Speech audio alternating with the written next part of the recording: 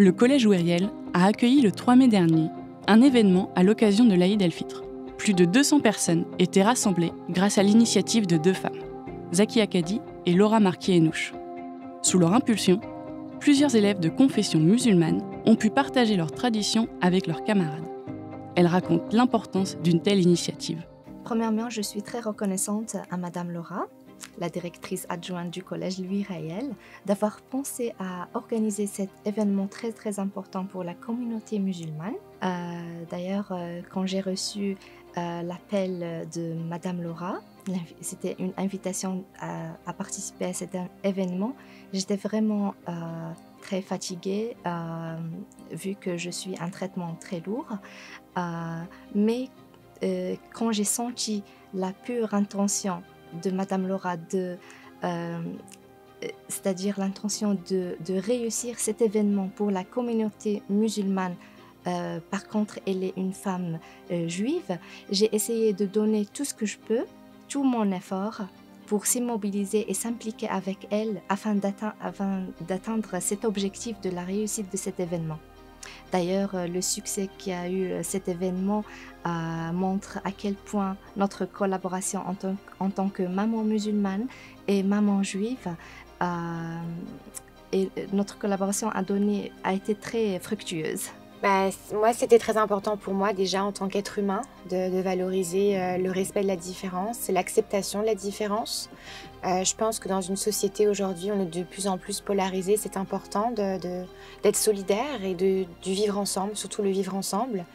Et je trouve, j'avais cette envie de reconnaître une des fêtes les plus importantes dans la religion musulmane, parce que nos écoles sont quand même très diverses et c'est notre rôle aussi en tant qu'éducateur de représenter la diversité sous toutes ses formes.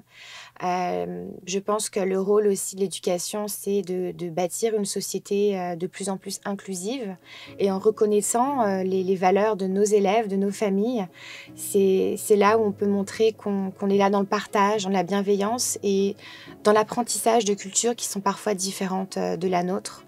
C'était aussi un moment, je trouve, pour moi, de bâtir un pont avec la communauté musulmane. Et puis, ça a été vraiment extraordinaire. C'est l'histoire de deux femmes, une maman juive et une maman musulmane qui, ensemble, ont voulu créer un événement pour reconnaître le sens d'appartenance de nos élèves et ça a été un grand succès.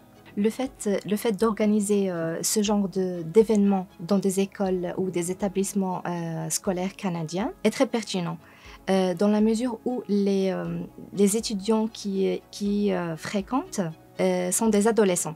Et comme vous le savez, cette période est caractérisée par un changement physique ainsi que mental et psychique.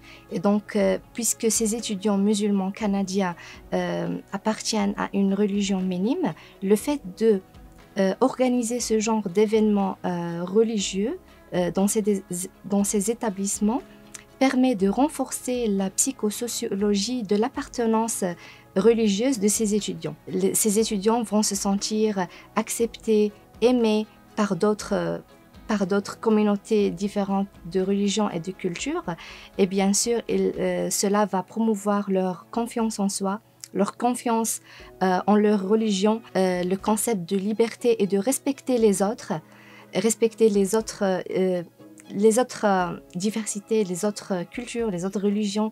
Et cela, je pense que ça va bâtir une société prospère d'ici 10 ans, d'ici 20 ans. Oui, j'appuie beaucoup ce que disait Akia, et puis il ne faut quand même pas oublier que la société canadienne est quand même basée sur des croyances qui sont judéo-chrétiennes. Donc au niveau du calendrier, nos écoles sont fermées en des jours fériés basés sur des fêtes chrétiennes qui n'ont pas nécessairement la même symbolique pour nos élèves. Alors c'est important aussi de reconnaître qu'il y a d'autres croyances, d'autres cultures, et c'est ça le but de créer une société inclusive. Pour moi, je suis maman de deux filles, une de 6 ans et l'autre presque 10 ans. Donc, pour moi, c'est très important de célébrer ce genre de fêtes entre différentes cultures et différentes composantes de société. Parce que je vais tout simplement donner l'exemple à mes filles de s'entendre, de respecter l'autre, de respecter la liberté de l'autre et surtout de ne pas juger. C'est ça, elle a tout dit. Qu'est-ce que je peux dire de plus beau que Zakia a dit?